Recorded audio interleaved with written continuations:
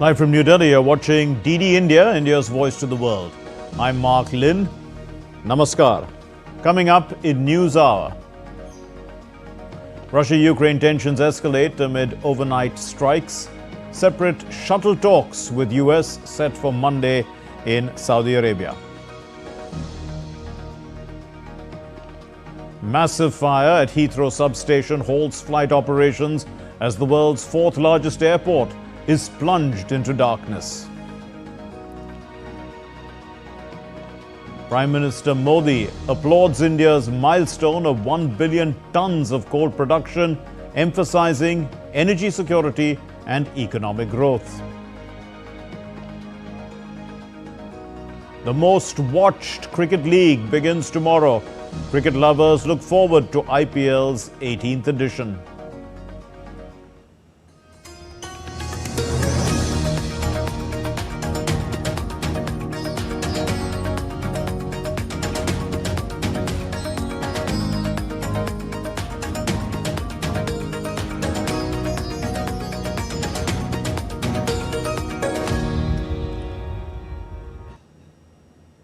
Russia and Ukraine confirmed their representatives for US-mediated talks in Saudi Arabia on Monday. The shuttle diplomacy format avoids direct contact between the parties. However, President Zelensky doubts Russia will agree to a ceasefire. Aman Kumar Himanshu has more. Russia and Ukraine confirmed their respective representatives for the talks with the United States in Saudi Arabia on Monday, as the Trump administration continued its efforts to push for a ceasefire at the earliest. U.S. Special Envoy for Ukraine and Russia, Keith Kellogg, said that negotiations would use a shuttle diplomacy format. In this, U.S. mediator would hold meetings simultaneously with Ukraine and Russian representatives, but in separate rooms so as to avoid direct contact with each other. However, Ukrainian President Zelensky said that Ukraine does not believe Russia will agree to a ceasefire. At the next meeting, which will be held on Monday in Saudi Arabia, our technical teams will be there. As I understand it, the structure is that there will be a meeting between Ukraine and America, and then, as the American partner said, shuttle diplomacy, followed by America and Russia, or it will be parallel meetings in one country on one topic. On Thursday, European Union leaders vowed to continue to support Ukraine, but they did not endorse a call by President Zelensky to provide 5 billion euros for artillery ammunition purchases. Meanwhile, after the meeting of military top brass of the Coalition of the Willing, hosted by UK in London, French President Macron announced to host a meeting of European leaders with Ukrainian President next week in Paris to discuss ways to defend Kiev. Next Thursday, we will be holding a summit of the Coalition of the Willing in Paris in the presence of Ukrainian President Volodymyr Zelensky. And we will be finalizing our work on short-term support for the Ukrainian army, on defending a sustainable and viable Ukrainian army model to prevent Russian invasions, and on the security guarantees that European armies can provide.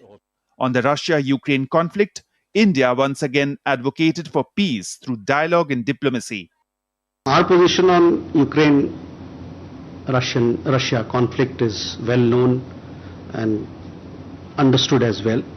We have always advocated sincere and practical engagement between the two parties and other stakeholders and key stakeholders through dialogue and diplomacy to arrive or to find a lasting resolution of the conflict. Our conversations with the two parties to the conflict as well as with other stakeholders have been in keeping with this larger approach. Now, the world focus has shifted to the diplomatic talks in Saudi Arabia, where the discussion could chart out the fate of a ceasefire that could eventually put a pause on the 3-year-long conflict between Ukraine and Russia. Bureau Report, DD India. And despite an agreed pause, hostilities between Russia and Ukraine persist, with both sides trading sharp accusations over ongoing strikes. There is heightened attention due to the US's nuclear energy interests in Ukraine. President Zelensky affirmed that all nuclear power plants in Ukraine are owned by its people. Rabindra Chauhan reports. As attacks continue unabated between the warring neighbors, President Volodymyr Zelensky has shot down a proposal by US President Donald Trump to take control over Ukrainian energy facilities to protect them from Russia. Trump's proposal had come despite an agreement for a 30-day pause in strikes on energy targets. Both Russia and Ukraine traded accusations of massive overnight attacks on each other on Friday. Russia launched a major drone attack on Ukraine's Odessa on Thursday, causing fires. On the other hand, Ukraine's military reported a strike early on Friday on a recently closed gas pumping and measuring station in Russia's Kursk region. Amidst this, President Trump suggested President Zelensky over a call that the US take control of Ukrainian nuclear power plants to protect them from Russian strikes. President Zelensky, however, said that all nuclear power plants in Ukraine belong to the people of Ukraine. All nuclear power plants belong to the people of Ukraine. They are state-owned nuclear power plants. We do not have private property, energy, nuclear power in Ukraine. We have thermal generation. There is green energy. There is private partnership. There is completely private energy. This is absolutely clear and correct. But all nuclear power belong to the state of Ukraine.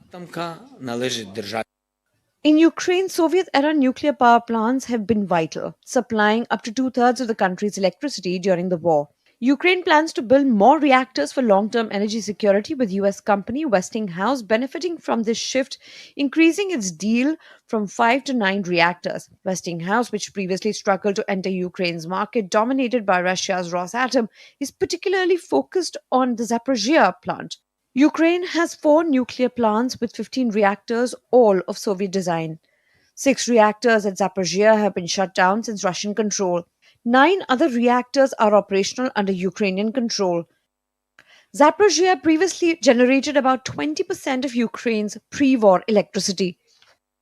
Also, President Zelensky dismissed reports that US ownership of Ukraine's all nuclear plants was discussed during the call. Only the Zaporizhzhia plant, now under Russian control, was mentioned. However, Ukraine stated on Friday that Ukrainian and the US teams continue to discuss on bilateral minerals deal. Ravindra Chauhan's report for DD India. Well, Germany has approved $3.25 billion in fresh military aid to Ukraine. This is days before the US brokered talks on a limited truce with Russia. The funds will supply munitions, drones, armored vehicles and air defense systems.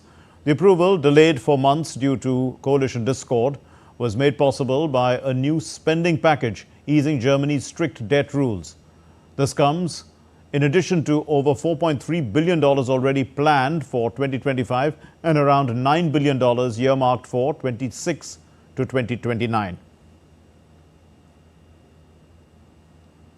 The Israeli Defense Minister, Israel Katz, on Friday threatened to annex parts of the Gaza Strip unless Hamas releases the remaining Israeli hostages.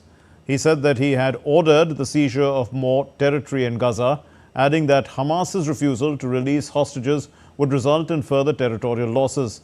Katz pledged to intensify the assault, leveraging both civilian and military pressure to defeat Hamas. Meanwhile, France's Foreign Minister Jean Barrot has opposed any Israeli annexation of Gaza or the West Bank.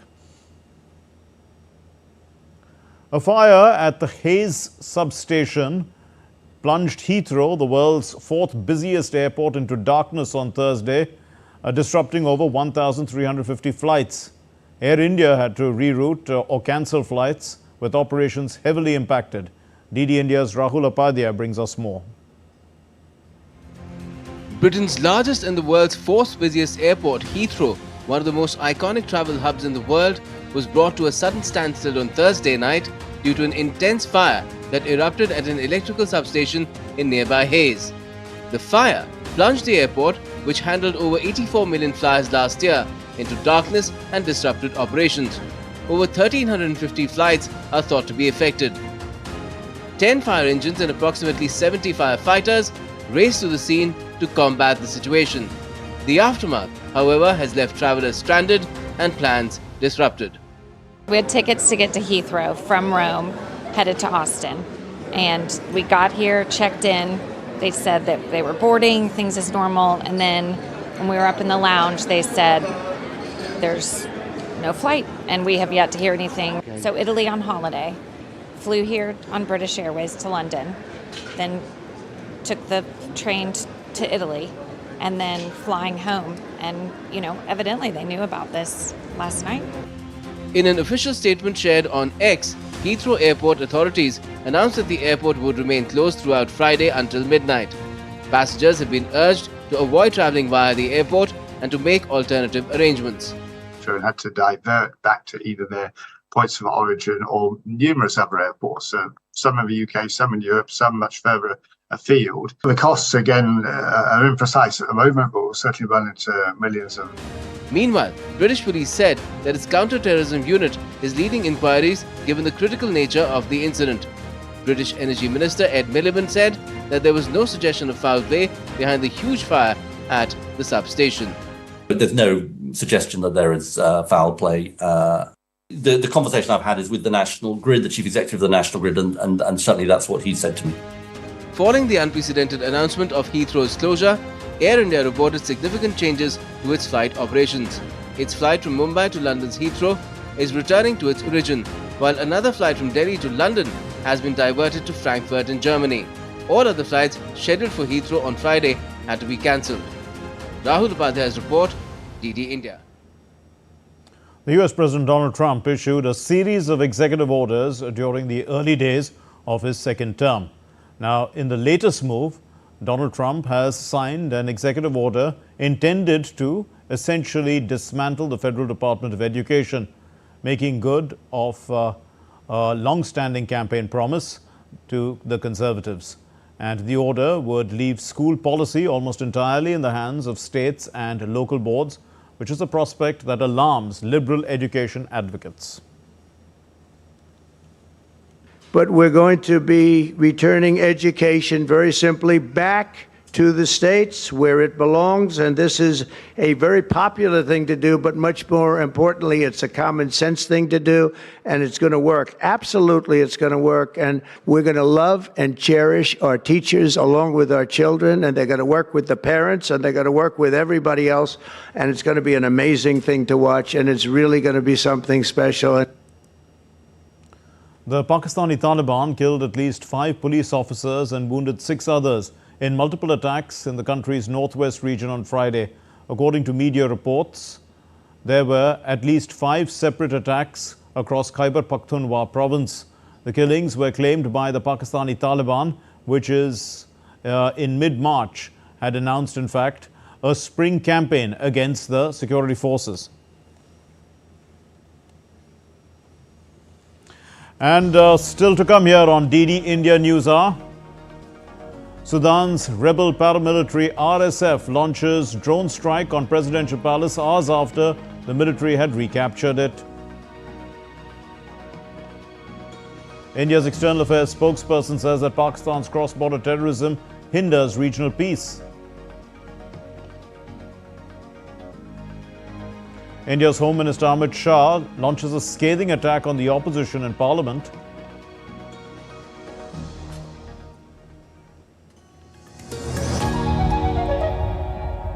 India में जितने Indians हैं उतने ही India's भी. So for the record, this is my India. This is my Undekha, Unsuna. Unbelievable India. This is my favorite designer wear wala India. My Sakhat Energy Hero India. এই হলো আমার দুর্দান্ত road ট্রিপের India.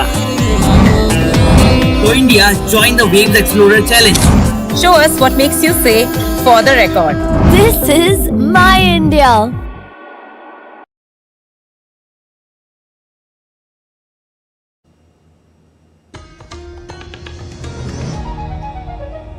You're watching DD India News Hour. I'm Mark Lynn. Sudan's army has recaptured the presidential palace in Khartoum from the Rapid Support Forces after a fierce battle. The army spokesperson, Nabil Abdallah, had confirmed the victory, stating that their forces destroyed the enemy's equipment and seized large quantities of weapons. The army vowed to continue fighting until the militia is purged from the country. The presidential palace has been a key location in the conflict, with the RSF occupying it in April of 2023. The conflict has killed tens of thousands, displaced over 12 million, and created the world's largest hunger and displacement crises. The army's recapture of the palace marks a significant gain in the conflict. A steadfast and resilient people, in a timeless heroic battle, our forces crowned their successes today in Khartoum, where they were able to crush the remnants of the terrorist militia of Dagalo. In the areas of central Khartoum, the Arab market, and the buildings of the Republican Palace, a symbol of the sovereignty, pride, and dignity of the Sudanese people, and the buildings of the ministries. Our forces, thanks to God, completely destroyed the enemy's personnel and equipment and seized large quantities of their weapons and equipment in the aforementioned areas. Well, but Sudan's rebel paramilitary RSF, they've launched a drone strike on the presidential palace hours after the military had recaptured it on Friday. Now, a Sudanese army source had said that 3 journalists had been killed in the paramilitary drone strike on Khartoum's presidential palace. The journalists had been reporting for the Sudanese state television when the Rapid Support Forces militia targeted the Republican Palace with a one-way attack drone. Meanwhile, Sudan's RSF has said that they had killed dozens, as the palace battle is not over as yet.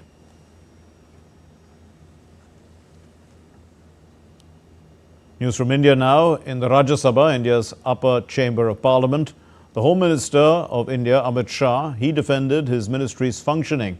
He launched a scathing attack on the opposition. He emphasized on zero-tolerance policy on national security and highlighted successes against Naxalism, terrorism and extremism in the northeast of India.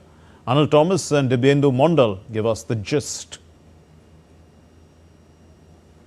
Union Home Minister Amit Shah, while responding to a discussion on the Home Ministry's functioning in Rajya Sabha, launched a sharp attack on terrorism.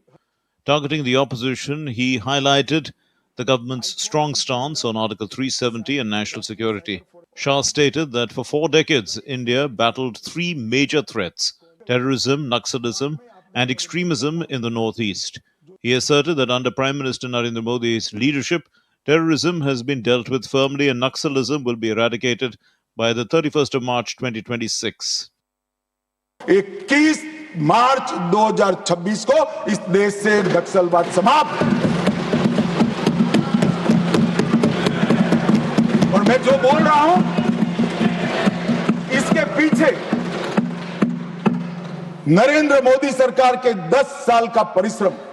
Responding to the discussion in the Rajya Sabha, Union Home Minister Amit Shah took a sharp dig at Rahul Gandhi. He said that while some people in Kashmir talk about spotting terrorists from a distance, the government eliminates them on sight. Shah further remarked that he even sees terrorists in his dreams, emphasizing the government's tough stance on national security. North east की समस्या को भी कमोबेश हम समाप्त करने के कगार पर हैं मान्यवर। वहां पर भी हिंसक घटनाओं में 70% की कमी, हताहत सुरक्षा बलों में 72% की कमी और हताहत नागरिकों की संख्या में 85% की कमी है।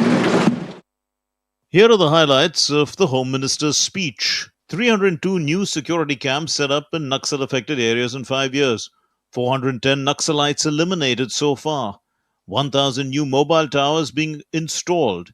1,007 new bank branches opened in Naxal areas. Northeast problem will be resolved soon. 85% reduction in civilian casualties.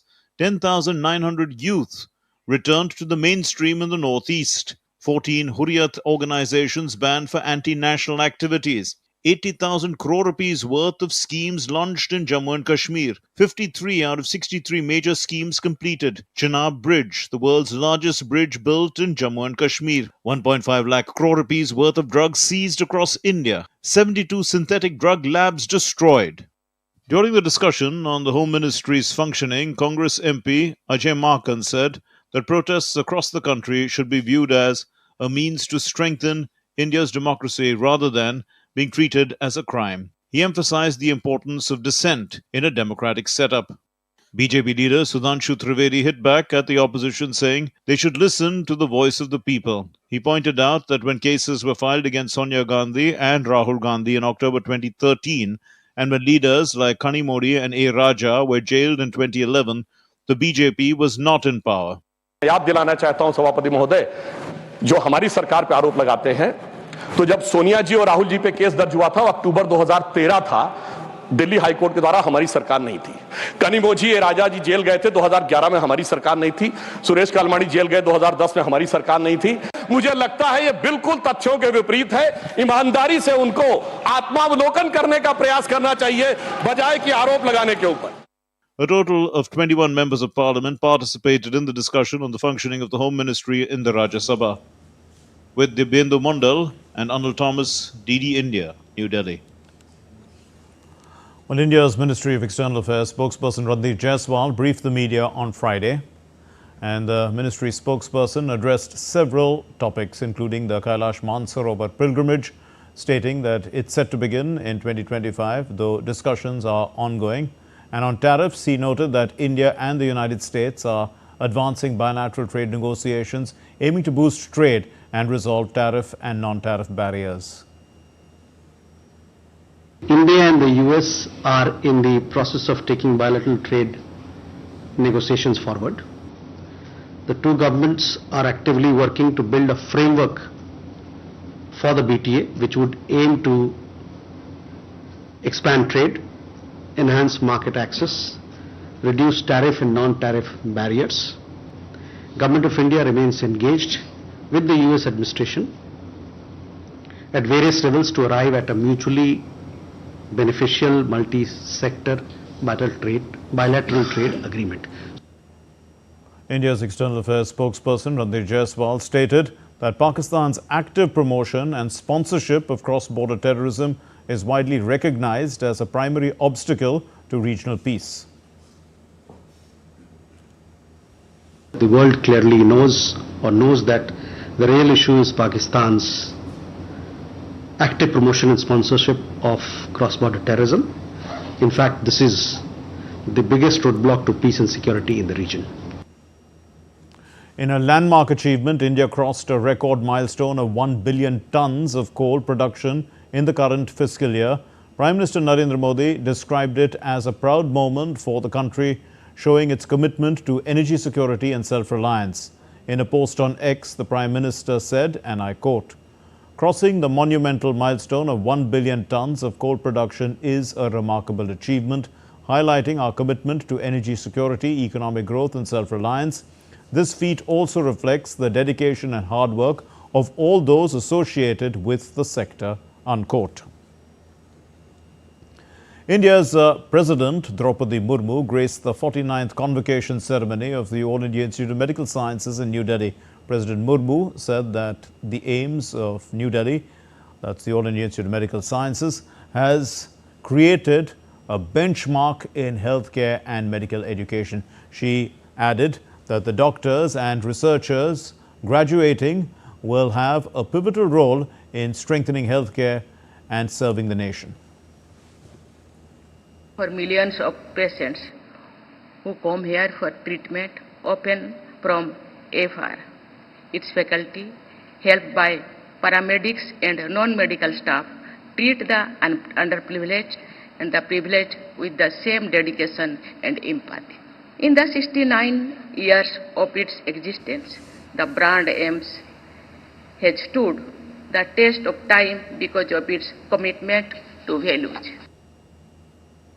India's bioeconomy surged from $10 billion in 2014 to $166 billion in 2023. India's Science and Technology Minister Dr. Jitendra Singh launched BioSarthi in Delhi. It's a mentorship initiative to guide biotech startups through structured engagements. Here's what he said.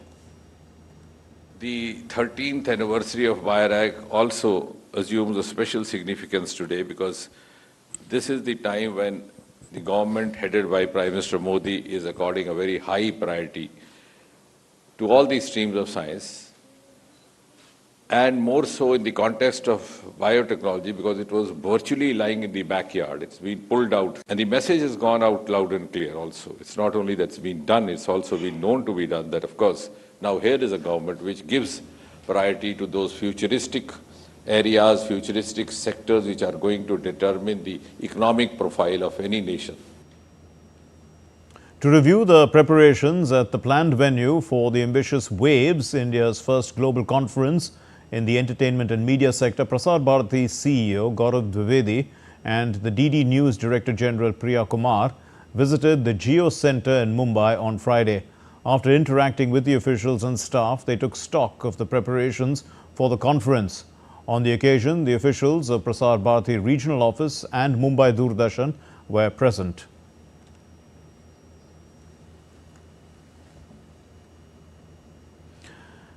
India's acclaimed filmmaker Subhash Ghai has praised the World Audiovisual Entertainment Summit, that's called Waves, calling it a powerful platform to showcase India's rich civilization and cultural heritage to the world. Shama Mishra sent us this report. India's acclaimed filmmaker Subhash Ghai shared his thoughts on the Waves initiative, calling it a powerful platform to showcase the country's rich civilization and cultural diversity to the world. He emphasized the importance of growth in both wisdom and economic strength, stressing that if Bharat is to become the Vishwaguru, these two elements must go hand in hand. I really appreciate Waves initiated by our Prime Minister and our state ministers, because this is the only way we can go ahead talking about our country, civilization and the sovereignty to the other countries. If we want to make a place and if we want to be the Vishwaguru, to khali, it will not happen only the economic growth. It has to be a wisdom growth. Describing India as an epical country, Ghai noted that Indians have always desired their stories to be told and retold, much like the timeless epics of the Ramayana and Mahabharata. He further added that the focus should be on telling more India stories. Expressing his disappointment, Ghai also disagreed with the notion that westernization equals modernization, criticizing the tendency to view Western content as the benchmark of modernity. India is an epical country. We want stories to be told and retold, like Ramayana, Mahabharata, Kavya, Vasudhatta. See? And we draw our morals from those stories and live our life. That's our civilization over there. So if you want to make an Indian content-driven country, then you have to focus on Indian content, right? Not a Korean or not a westernization. The youngsters today are thinking the westernization means modernization. And I don't agree with them. Because modernization means that first you dig your own heritage. Because today everything is available at AI for them. Now you have to grow their wisdom, their skill to dig our own past, our ancient stories, and present your own country, Bharat, to the rest of the world. Ghai believes that if Waves can bring more talent from rural areas by spreading education to every district and state, the country will witness a dramatic shift. He envisions that in the next 10 years, India will emerge as one of the top 2 countries in the world when it comes to art and culture. Shama Mishra's report for DD India. Still to come here on DD India News Hour. We'll get your expert opinion on the Russia-Ukraine ceasefire initiative. 2024 was the deadliest year for migrants. Nearly 9,000 died on perilous journeys.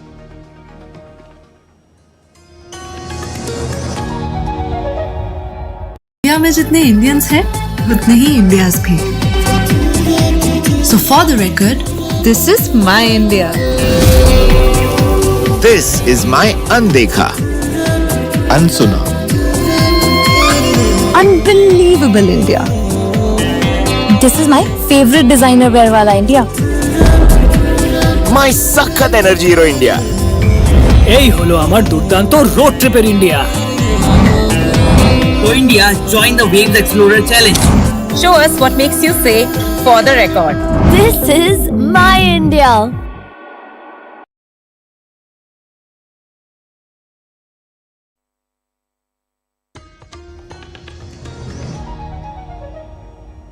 You're watching DD India News Hour. I'm Mark Lynn. Here's a recap of our main stories. Russia-Ukraine tensions escalate amid overnight strikes. Separate shuttle talks with the United States set for Monday in Saudi Arabia. Massive fire at Heathrow substation halts flight operations as the world's fourth largest airport is plunged into darkness. Prime Minister Narendra Modi applauds India's milestone of 1 billion tons of coal production, emphasizing energy security and economic growth.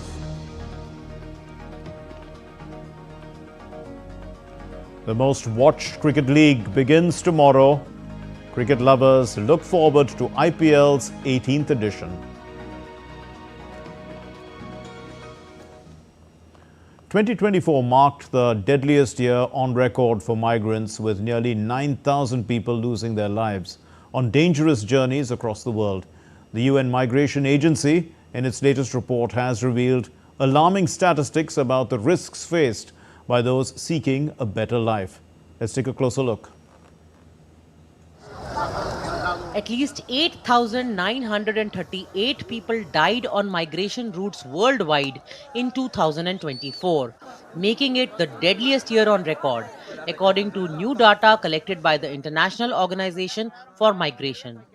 Last year's toll tops previous record in 2023, when 8,747 migrant deaths were recorded. Asia, Africa, and Europe had record numbers of people dying in 2024, with 2,778 and 2,242 and 233 deaths respectively. A total of 2,452 people were recorded as dying in the Mediterranean Sea. Though the final data for the last year for the Americas is yet to come, but figures so far show over 1,200 people have died as per rough estimates. Across the world, deaths due to violence remained prevalent for people on the move.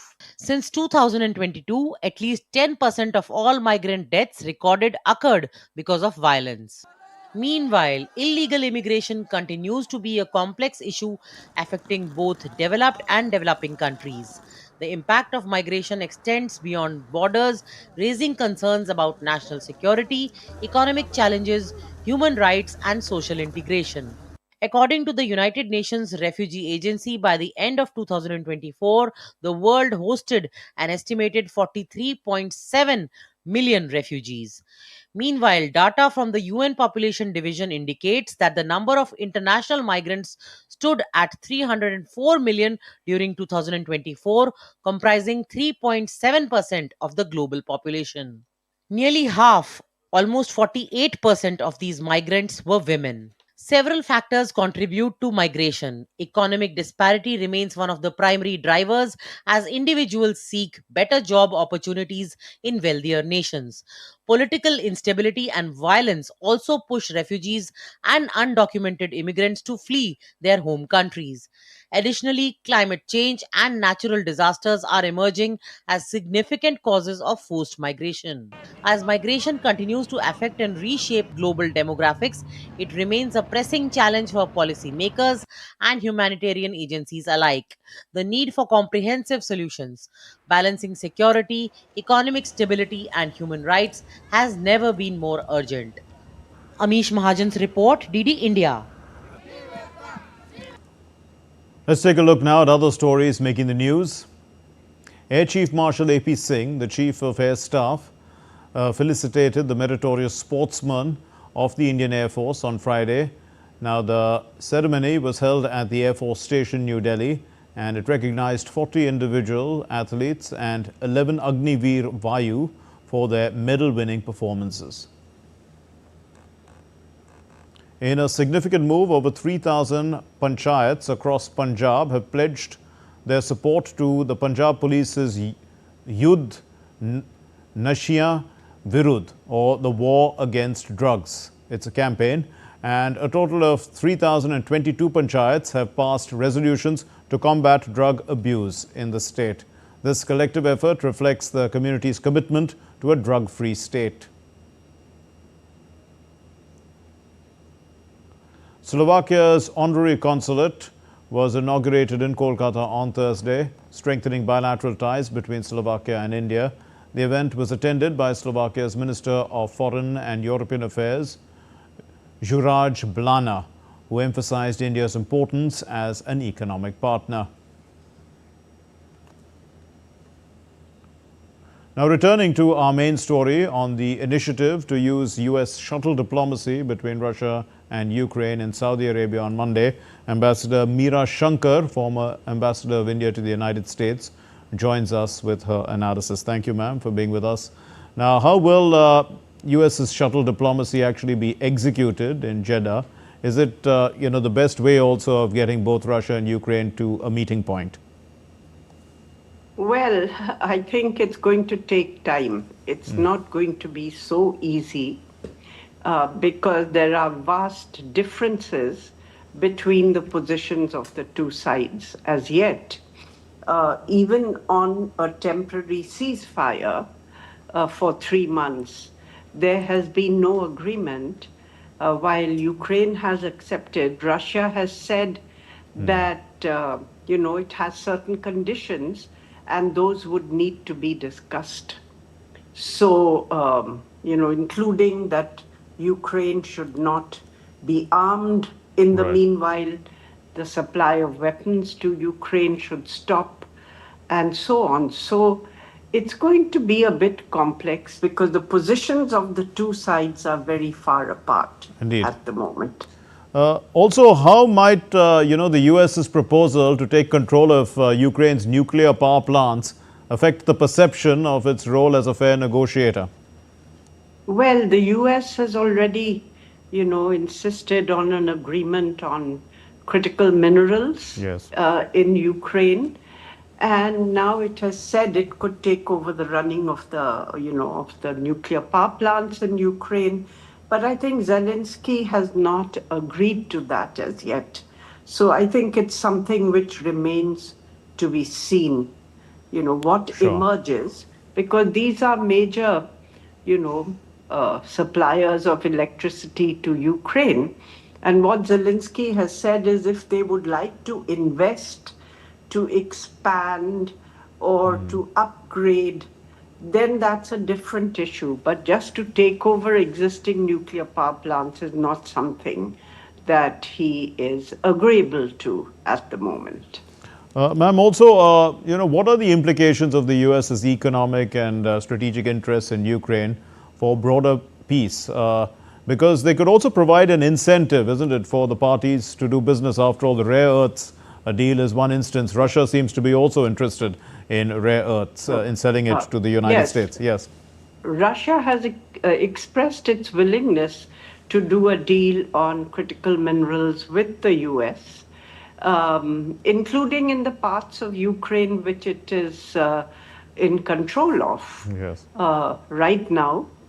And the U.S. has also pointed out that while it is not willing to put boots on the ground by way of peacekeeping, it is willing to, be a partner for the critical minerals development in Ukraine, and that this U.S. economic presence would mean that the U.S. is invested in longer-term peace and security in Ukraine. Ambassador Meera Shankar, also, how does Europe view the U.S.'s involvement in ceasefire talks, given that the U.S. has these interests, as we had been talking about, in access to resources? Well, Europe has taken a different position to that of the U.S. Because it is still continuing to provide military aid and defense equipment to Ukraine. And France and the UK have been talking about what kind of troop deployments they could do by way of peacekeeping and guaranteeing Ukraine security after a deal is signed. Now, here again, you can see the difficulties because the Russians have said that NATO troops in Ukraine, by way of peacekeeping or any other role, will not be acceptable to them.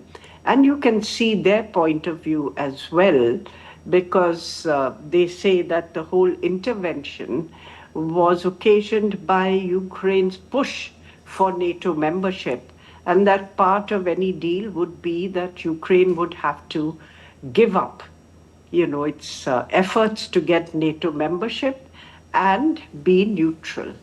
So there is a big gap. On the one hand, Ukraine is concerned about its security and how does it prevent, any further military intrusions by Russia after a peace deal. How does it deter that? And on the other hand, Russia is concerned that by way of peacekeeping, NATO forces should not be on its doorstep, even if Ukraine is not a NATO member.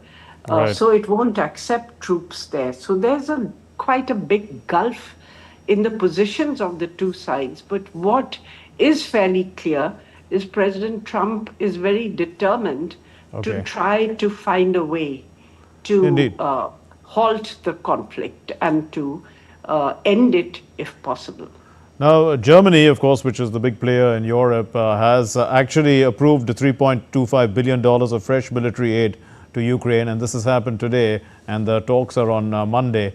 And you, I know, have served as our ambassador in Germany as well. So, how does this, does it create a problem? I mean, you did mention that it's going to probably create a problem, but how does one actually get Europe involved in a workable peace is what I'm trying to ask, given that they are supporting Ukraine so openly?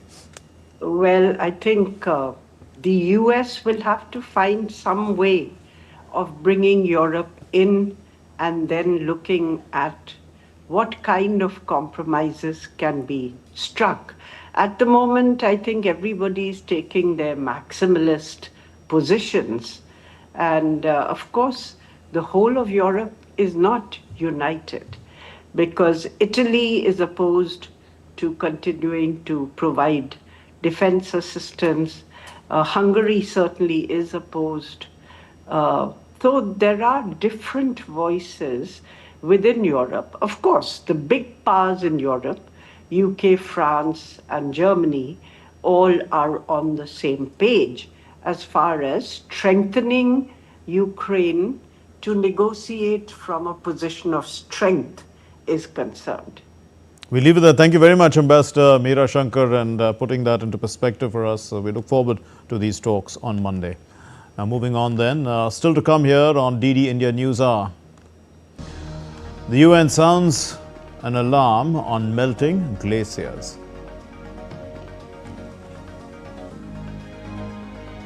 And India bids to host the 2030 Commonwealth Games in Gujarat.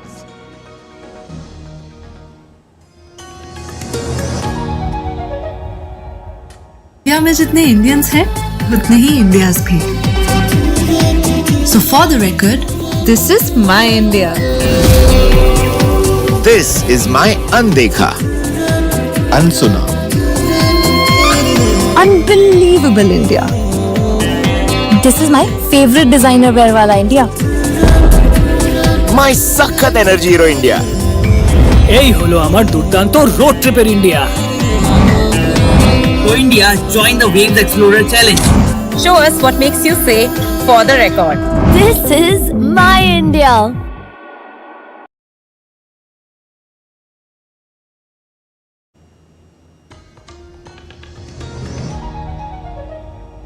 You're watching DD India News Hour. I'm Mark Lynn. Well, a UN report has warned of severe glacier depletion globally, with the Hindu Kush Himalaya glaciers, in fact, thinning 65% faster in 2011 to 2020 than the prior decade. So rising temperatures could shrink the Hindu Kush glaciers volume by about 30 to 50% by 2100, threatening millions downstream. Sagnik Chakrabarti has the report.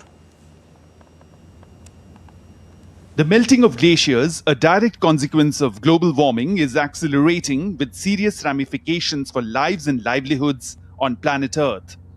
A UN report has issued strict warnings that saving glaciers is crucial for the planet's survival, as all the 19 glacial regions across the globe depleted significantly in 2024. The report points out that glaciers in many regions will not survive the 21st century if they keep melting at the current rate, potentially jeopardizing millions of people living downstream.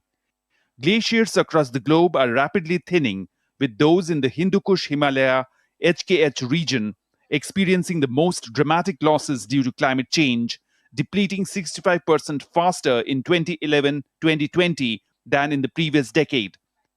If global temperatures rise by 1.5 degrees Celsius to 2 degrees Celsius, glacier volume in the Hindu Kush Himalaya region could shrink by 30 to 50% by 2100.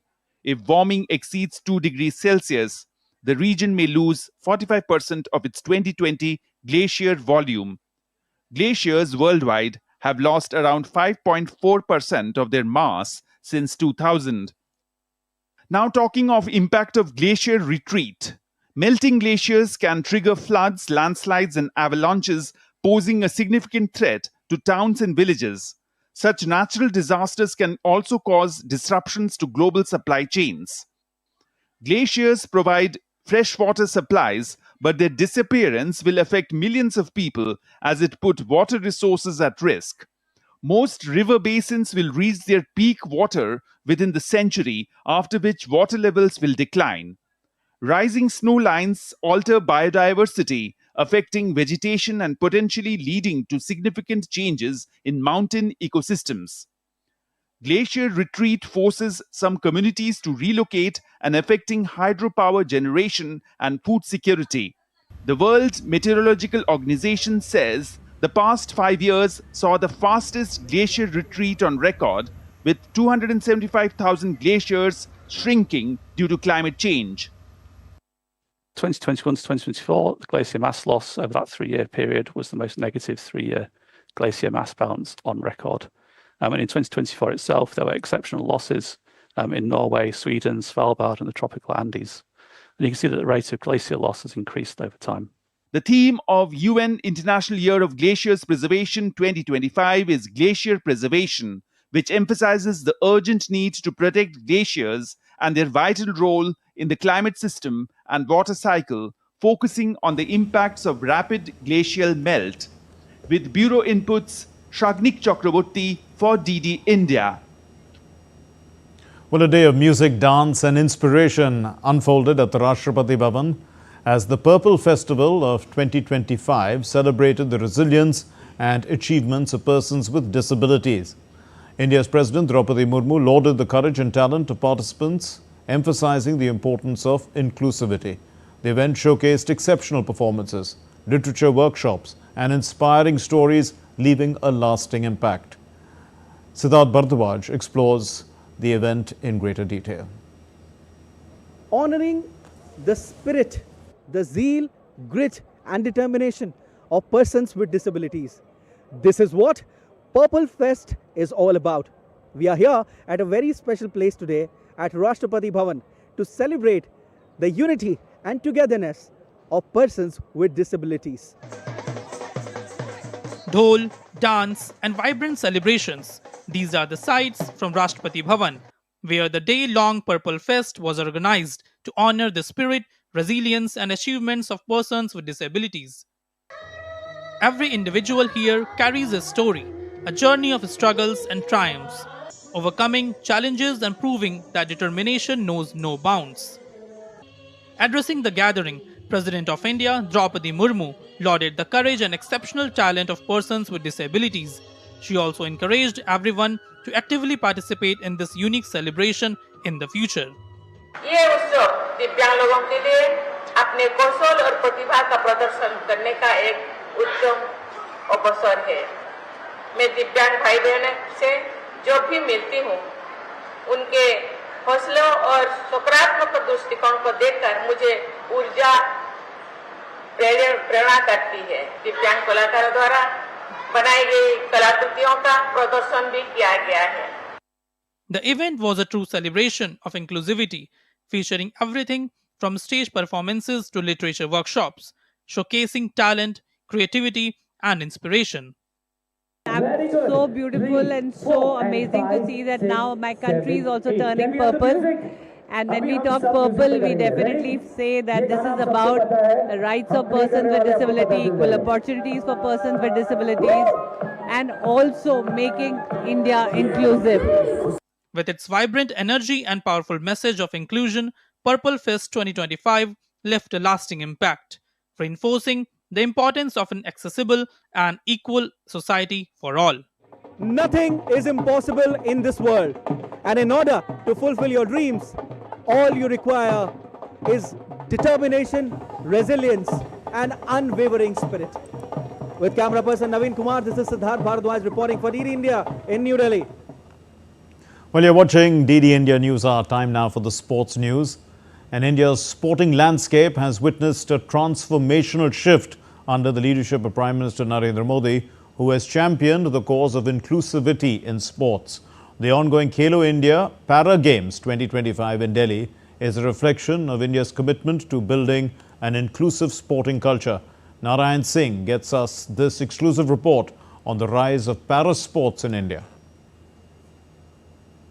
A new era of Indian sports is unfolding, where talent knows no barriers and determination redefines destiny. From grassroots to global arenas, India's para-athletes are rising. Khelo India Para Games 2025 is a significant step forward, making Indian sports more inclusive and accessible. It provides a national platform for para-athletes to gain competitive experience and prepare for international events like the Paralympics by integrating para sports into the mainstream. Khelo India Para Games 2025 not only nurtures future champions, but also encourages social awareness and inclusivity. Under the leadership of Prime Minister Narendra Modi, India's sports ecosystem is undergoing a transformation. Inclusion is no longer just a vision, it's a reality.